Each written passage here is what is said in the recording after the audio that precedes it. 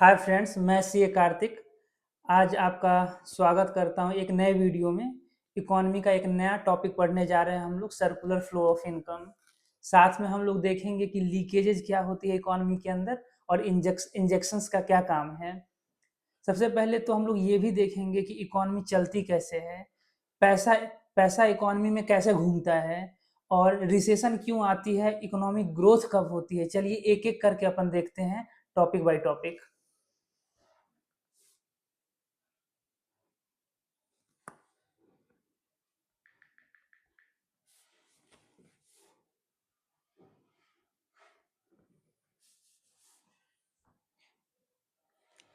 हम लोग का आज का टॉपिक है circular flow of income.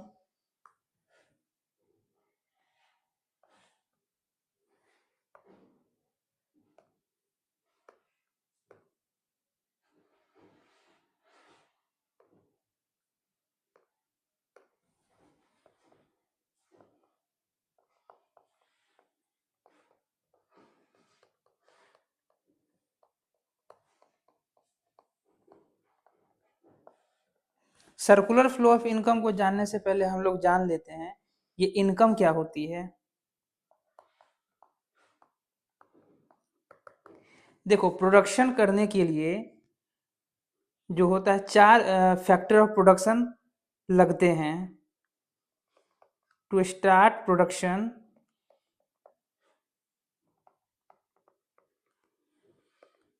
Four factors of production are needed.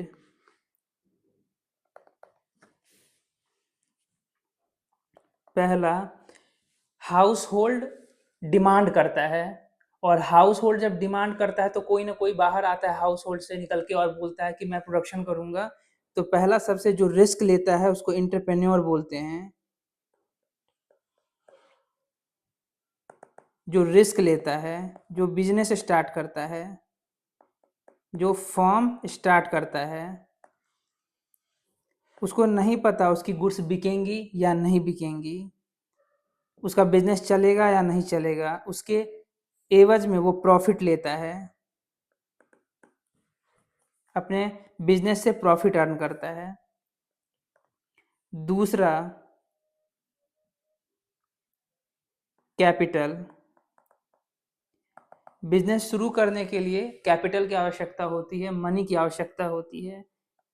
तो वो मनी लेता है मार्केट से, उसके एवज में वो इंटरेस्ट पे करता है, इंटरेस्ट पे करता है। तीसरा, लैंड। फैक्ट्री सेटअप करने के लिए एक लैंड भी चाहिए होती है। लैंड कौन देता है? हाउस होल्ड देती है लैंड। ठीक है, to set up a factory, a farm और फैक्ट्री। इसके एवज में हाउस होल्ड को क्या पेमेंट जाता है? रेंट की पेमेंट जाती है। और लास्ट है आपका लेबर। लेबर के अंदर आपको, लेबर के बिना प्रोडक्शन तो हो ही नहीं सकता। लेबर एफर्ट डालते हैं, रॉ मटेरियल को फिनिश गुड्स में कन्वर्ट करते हैं, मशीनों का यूसेज करते हैं, तभी जाके प्रोडक्शन होता है। तो लेबर को वेजेज जाता है इन रिटर्न। तो हम देख सकते हैं कि फैक्टर ऑफ प्रोडक्शन को चार चीज़ें जा रही हैं। Four factor of production.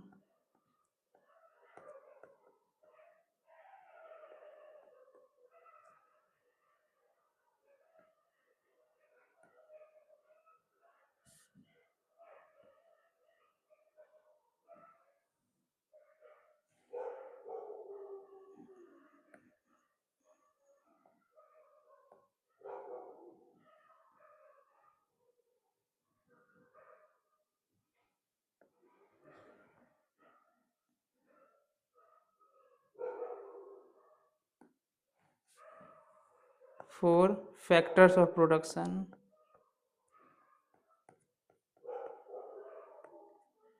जो जा रहा है वो है land, labour, capital and entrepreneur, ये चार चीज़ें इनके एवज में पेमेंट हो रही हैं। रेंट, लेबर को वेजेज और कैपिटल के लिए इंटरेस्ट की पेमेंट हो रही है। एंटरप्रेन्योर प्रॉफिट लेता है। ये चार चीज़ें किसको जा रही हैं बाबू? हाउस होल्ड को। ठीक है, और ये चार चीज़ों को इनकम बोलते हैं। और ये चार चीज़ों को इनकम बोलते हैं। ये क्यों ज़रूरी है? टू स्टार्ट प्रोडक्शन,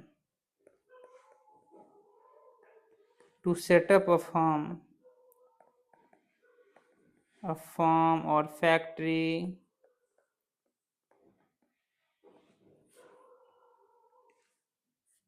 तो कह सकते हैं वैल्यू ऑफ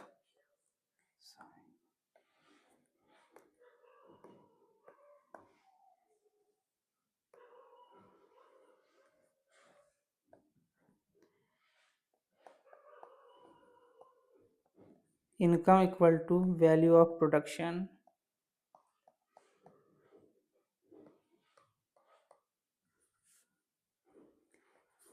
जो वैल्यू ऑफ प्रोडक्शन है वो इनकम के इक्वल है, यहाँ पे अपन बोल सकते हैं।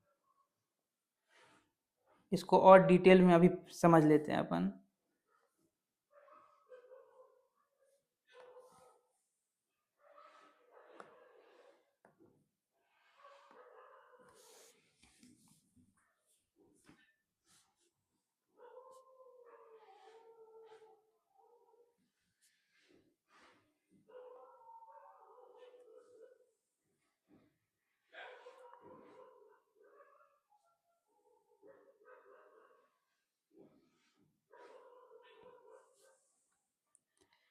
हाउस होल्ड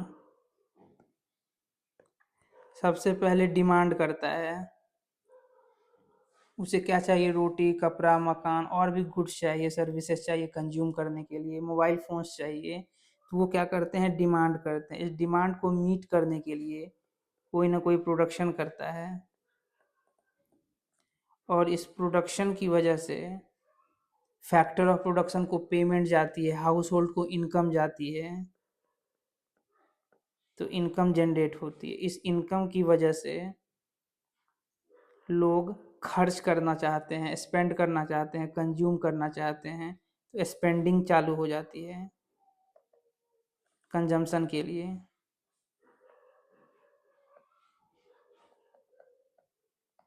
इसको एक्सपेंडिचर भी बोल सकते हैं। और इस एक्सपेंडिचर की वजह से फिर से डिमांड क्रिएट होती है, जिससे प्रोडक्शन स्टार्ट होता है, और ये प्रोडक्शन फिर से इनकम का रूप ले लेती है। फैक्टर ऑफ पेमेंट जाते हैं पेमेंट हाउस होल्ड को। तो अपन बोल सकते हैं इनकम इक्वल टू प्रोडक्शन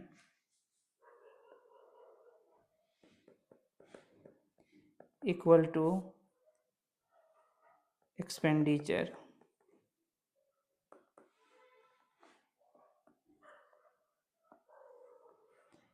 इसको अपन अगर ए से डिनोट कर दें, इसको बी से डिनोट कर दें, इसको सी से डिनोट कर दें, तो बोल सकते हैं a equal to b equal to c. तो एक बार फिर से इसको समझ लेते हैं। सबसे पहले हाउस होल्ड डिमांड करते हैं कंजम्पशन करने के लिए। एक्चुअली क्योंकि ह्यूमन की वांट जो होती है वो अनलिमिटेड होती है, वो कुछ ना कुछ डिमांड कर ही रहे होते हैं, जिस वजह से प्रोडक्शन स्टार्ट होता है। हमारे हाउस होल्ड में से कोई निकल करके जाता है और प्रोडक्शन स्टार्ट करता है। प्रोडक्शन स्टार्ट करने के लिए उनको ज़रूरत होती है चार फैक्टर ऑफ प्रोडक्शन की: लैंड, लेबर, कैपिटल, एंटरप्रेन्योर। और ये चारों को पेमेंट जाता है। क्या क्या पेमेंट जाती है? रेंट, इंटरेस्ट, एंटरप्रेन्योर को प्रॉफिट जाता है, और लेबर को वेजेज जाती है। तो ये चारों चीज़ मिलके इनकम को फॉर्म करती है, और फिर इनकम होने की वजह से हाउस होल्ड फिर से खर्च करना चाहते हैं, और उस खर्च होने की वजह से फिर से प्रोडक्शन होता है, फिर प्रोडक्शन इनकम को जनरेट करती है। तो ये सर्कुलर फ्लो चलता ही रहता है, और ये मनी एक हाथ से दूसरे हाथ में जाती है, और ये घूमती रहती है। तो जो अभी अपने डिस्कस किया है वो है सिंपल इकोनॉमी। सिंपल मतलब इसमें दो ही एंटिटी है, एक तो हाउस होल्ड है, दूसरा फर्म है। लेकिन रियल इकोनॉमी में ऐसा नहीं होता।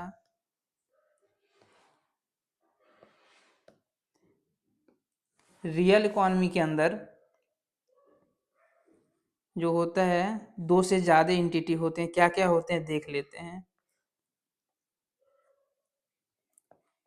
हाउस होल्ड होते हैं, फर्म होती है, गवर्नमेंट होती है,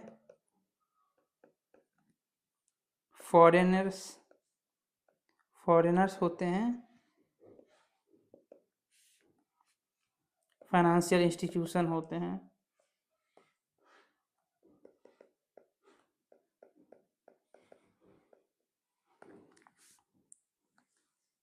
house hold, firm, government, foreign और फाइनेंशियल इंस्टीट्यूशंस, इतने एंटिटी एक रियल इकोनॉमी में इंटरेक्ट कर रहे होते हैं एक दूसरे से। ओके, अब कुछ चीज़ और समझ लेते हैं अपन। फाइनेंशियल इंस्टीट्यूशंस का रोल। फाइनेंशियल इंस्टीट्यूशंस एक एवेन्यू देता है जहाँ पे हाउस होल्ड अपना पैसा सेव करते हैं और ये लेंड कर देते हैं बिजनेसमैन को, फर्म को, ताकि प्रोडक्शन स्टार्ट कर सकें। ओके, लेंड कर देते हैं फर्म को। ठीक है,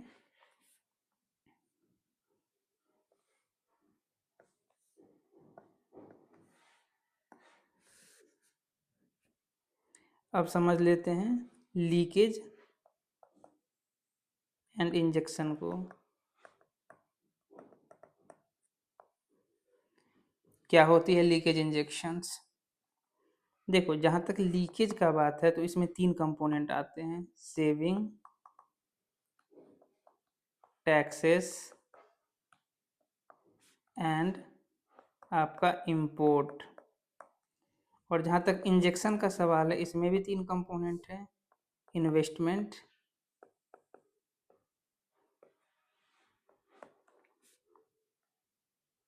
गवर्नमेंट एक्सपेंडिचर और आपका एक्सपोर्ट। एक एक करके समझते हैं।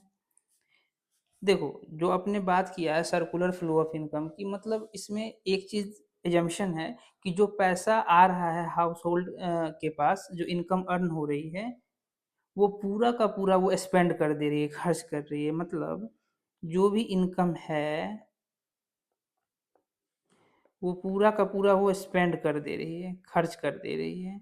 लेकिन रियल में ऐसा नहीं होता। क्यों नहीं? क्योंकि जो स्पेंडिंग है वो सेव भी होती है। सॉरी,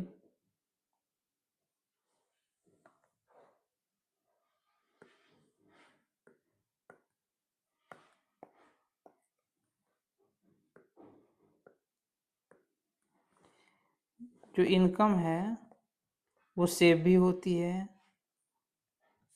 और वही इनकम आप वहाँ से टैक्सेस भी पेमेंट करते हो। जो बच जाती है उसको स्पेंड कर रहा होता है हाउस होल्ड। तो देखा जाए तो पैसा ब्लॉक हो जा रहा है सेविंग में और टैक्सेस में। एक बार ये पैसा ब्लॉक हो गया मतलब वो सर्कुलर फ्लो से बाहर चला गया पैसा। सर्कुलर फ्लो से बाहर जाने का मतलब वो फ्लो डिस्टर्ब हो गई है, तो मनी आउट आउटफ्लो हो जा रही है। मनी आउटफ्लो हो जा रही है। कहाँ से? फ्रॉम सर्कुलर फ्लो से। सर्कुलर फ्लो से। ओके, सर्कुलर फ्लो से।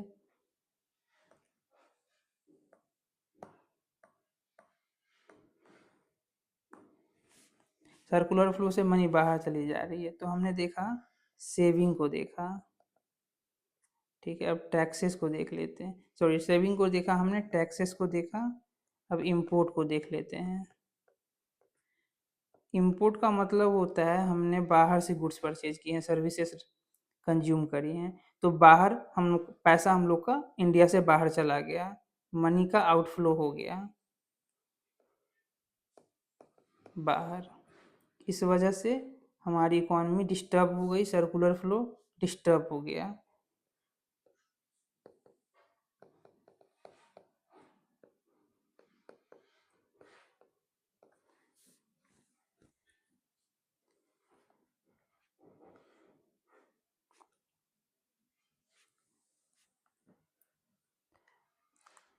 तो लीकेज का मतलब हो जाता है कोई भी चीज, anything which reduces reduces the magnitude due to either A और B और C। ये ए बी सी क्या था? ये इनकम थी, ये प्रोडक्शन था, और ये एक्सपेंडिचर थी। तो पैसा अगर आपका बाहर जा रहा है सर्कुलर फ्लो से, या तो सेविंग के फॉर्म में, या टैक्स के फॉर्म में, या इंपोर्ट जो आपने बाहर से माल परचेज किया उसके फॉर्म में, उससे क्या हो जा रहा है? आपका इनकम कम हो, आपकी जो है पैसा बाहर चला जा रहा है। तो इसका इम्पैक्ट क्या हो रहा है ये अपन देख लेते हैं। पैसा एक बार बाहर चला गया आपका, तो लोग कम ये डिमांड करेंगे, डिमांड कम हो जाएगी, डिमांड कम हो जाएगी। पैसा रहा नहीं इकॉनमी में तो वो डिमांड करेंगे नहीं, और जब डिमांड नहीं करेंगे तो प्रोडक्शन भी कम हो जाएगी।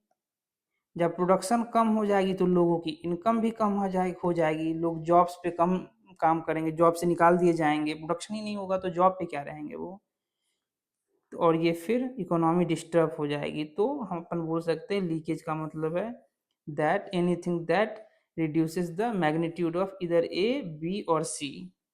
अब इंजेक्शंस देख लेते हैं। इंजेक्शंस देखो, इंजेक्शन का मतलब होता है anything that reduces the magnitude of either A or B or C,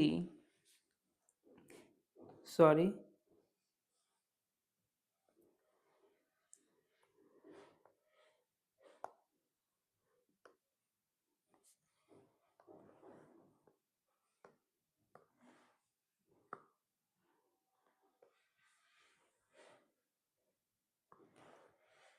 increases anything that increases the magnitude of either A, B और C, वो इंजेक्शन कहलाती है। इसके तीन कंपोनेंट होते हैं, एक इन्वेस्टमेंट,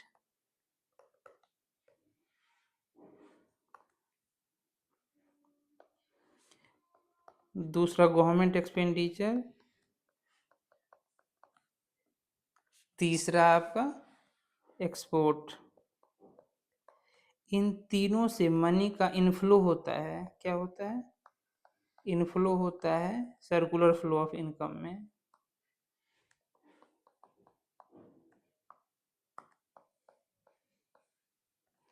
ओके, ये तीनों से इनफ्लो होता है सर्कुलर फ्लो ऑफ इनकम में। अब कैसे देख लेते हैं।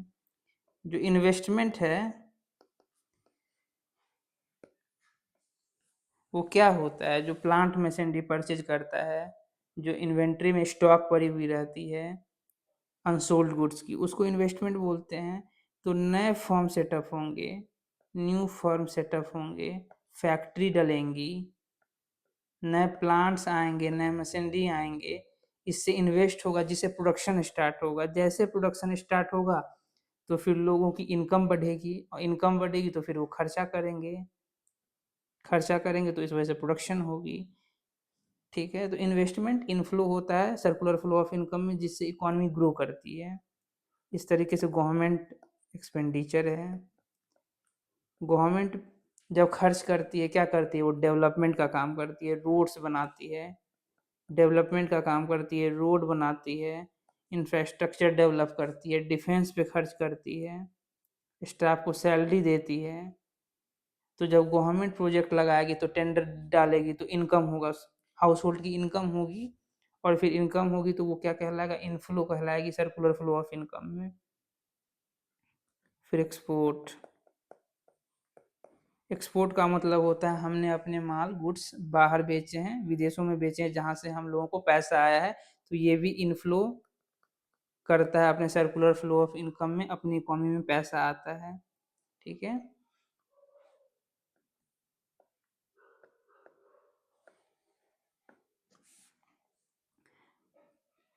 तो बोल सकते हैं injection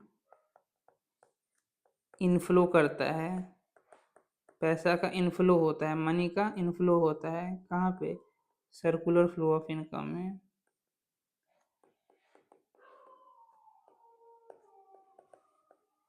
circular flow of income क्या है, income equal to production equal to expenditure. ठीक है, जो लीकेज है वो आउटफ्लो है किस चीज़ की, मनी की, किस चीज़ में, सर्कुलर फ्लो ऑफ इनकम में।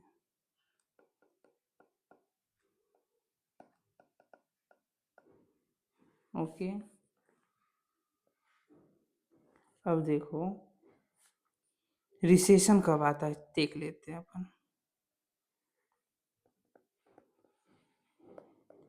मतलब स्लो डाउन, इकोनॉमी कब स्लो हो जाती है, मतलब लोगों के जॉब्स चले जाते हैं, इनकम कम होती है और फिर प्रोडक्शन कम होने लग जाता है, जब लीकेजेज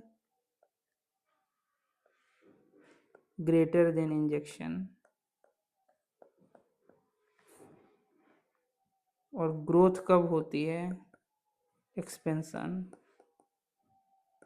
इकोनॉमी की, जब injection greater than leakage.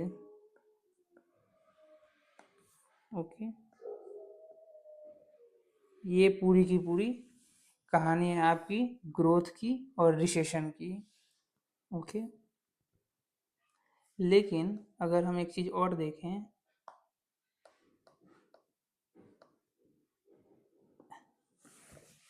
Stable economy,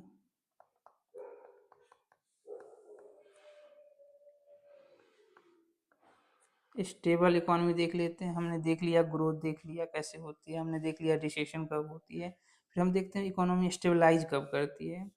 okay, जब आपका लीकेज इक्वल हो जाता है इंजेक्शन के,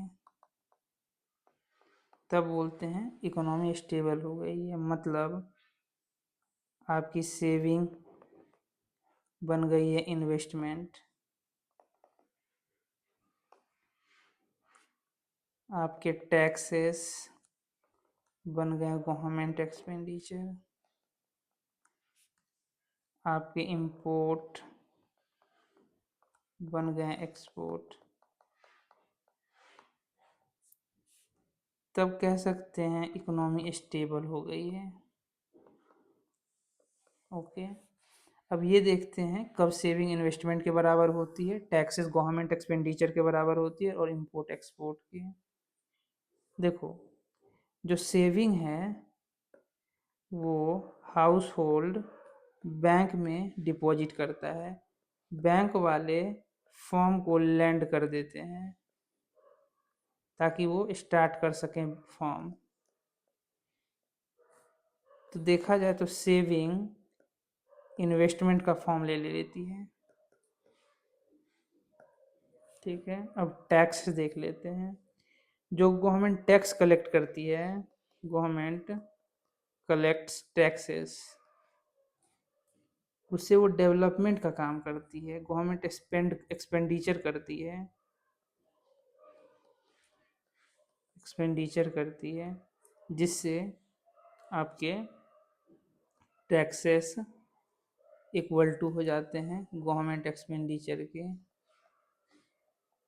तीसरा है इंपोर्ट, जब इंपोर्ट की वैल्यू एक्सपोर्ट की वैल्यू के बराबर हो जाती है, जितना माल हमने विदेशों में बेचे हैं जितना हमने इम्पोर्ट करा है बाहर से माल, जितना पैसा बाहर गया है अपना, उतना ही हमने एक्सपोर्ट भी करा है, उतना ही पैसा इनफ्लो भी हुआ है। तब बोलते हैं इम्पोर्ट इक्वल टू एक्सपोर्ट, और तब इकोनॉमी स्टेबलाइज हो जाती है। अगर इम्पोर्ट एक्सपोर्ट के बराबर ना हो तो हम लोग नेक्स्ट चैप्टर में जब भी अपन करें तो पढ़ेंगे बैलेंस ऑफ पेमेंट का क्या होता है, बैलेंस ऑफ पेमेंट क्या होता है, करंट अकाउंट डेफिसिट, तो वहाँ पे इसकी चर्चा करेंगे।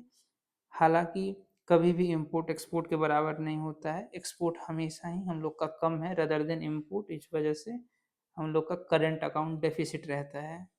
तो इसको बाद में देखेंगे। गवर्नमेंट बोरो करती है करंट अकाउंट डेफिसिट को कंपनसेट करने के लिए, ताकि इकोनॉमी स्टेबलाइज रहे।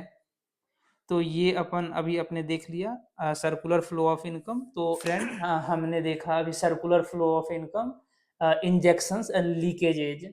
ये कॉन्सेप्ट्स बहुत इंपॉर्टेंट है, इकोनॉमी का हार्ट बीट है।